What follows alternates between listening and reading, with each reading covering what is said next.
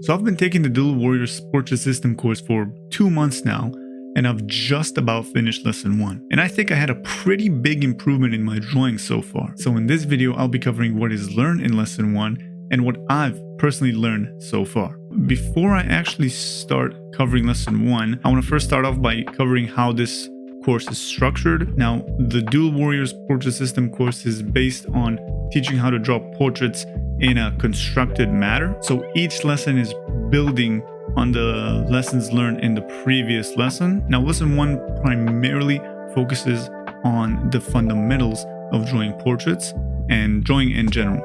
There are 4 main things which are taught in lesson 1, and they are: number 1, the lines, so how to build them up properly, how to actually use Control-Z and how to use the eraser to actually get good lines, and why good lines are actually necessary for drawing portraits and drawing in general. Number 2 is proportions, why they're important for drawing and why they're important for drawing portraits, and how do you actually measure them. So actually in the course you are given a couple of ways to measure the proportions, which I've actually used a lot of those methods of measuring the proportions, so that was really useful. Now, the third thing that lesson 1 covers is the perspective. So that would be perspective basics, right? You got the 1-point perspective, 2-point perspective, and how it really applies to portrait drawing. Now, perspective is the first fundamental when you actually have a kind of mini task to do, that being to make boxes around the 3D model to kind of see how the perspective changes and the box changes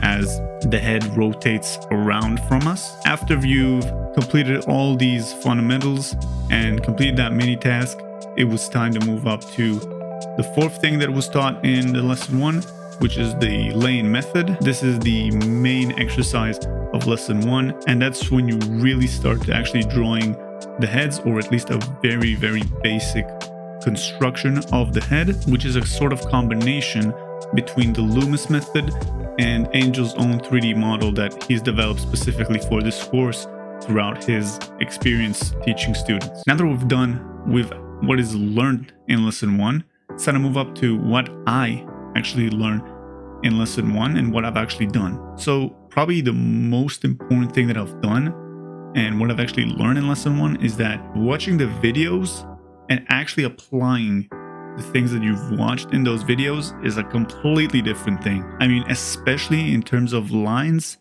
it is really hard. You just have to get that eye-hand coordination, and it doesn't really matter if you know how to draw the correct line.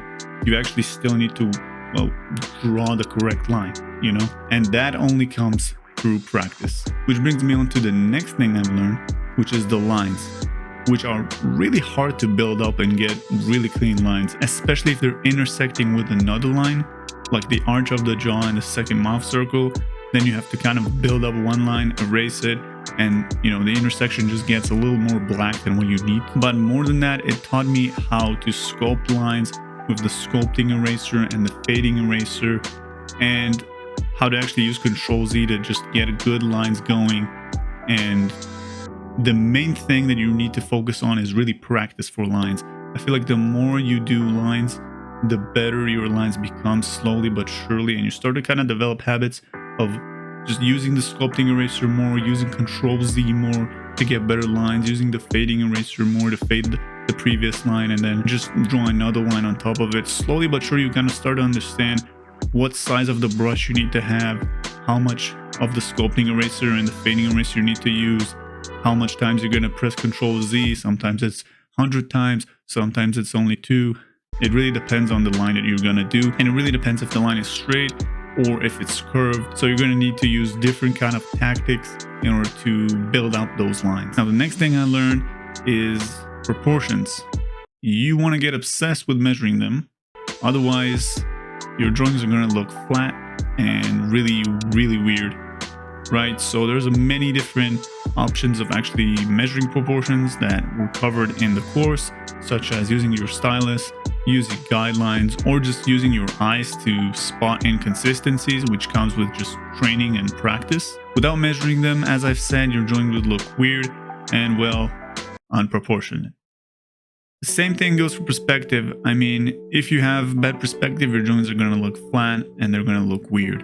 So I kind of already knew what perspective was, or at least that it existed, but I really didn't know how much it actually existed in drawing portraits in particular. Now, the way Angel explained it in the course was actually really helpful and insightful as to how to actually not only know what perspective is, but to actually draw it in the portrait and in the lane itself. Now, as I've said before, perspective does have kind of a mini task of drawing boxes around the head, which kind of helped me to see the perspective in the 3D model and in the actual head and how it actually applies to drawing portraits and all the features that the head has. Moving on to the final thing was the actual lane, which was the main exercise of lesson 1. Now, the lane is where you actually construct the head from its most simplistic form, and it's really there to get you to understand the fundamentals, right? To get you to understand construction in the 3D form of the head before moving on to a more advanced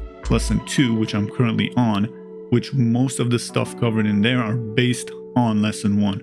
So getting down the lane, the most simple lane, is really, really good and really, really important for you to not only understand the portrait and the head, but also understand construction in general and how to simplify the head into basic shapes. All in all, I think lesson 1 is really good at teaching you the fundamentals.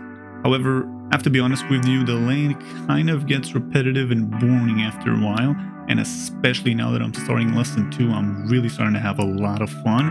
But it's, again, really simplistic, and it's really good at teaching you those fundamentals, which is why I think Angel really makes you draw these lanes like that. Now, this is all I've got for lesson 1. It has been quite fun, although a bit frustrating at times. But if you want to see my current progress and things I've done and learned each week, make sure to check out my most recent week that I've got right here, and I'll see you guys there. Peace.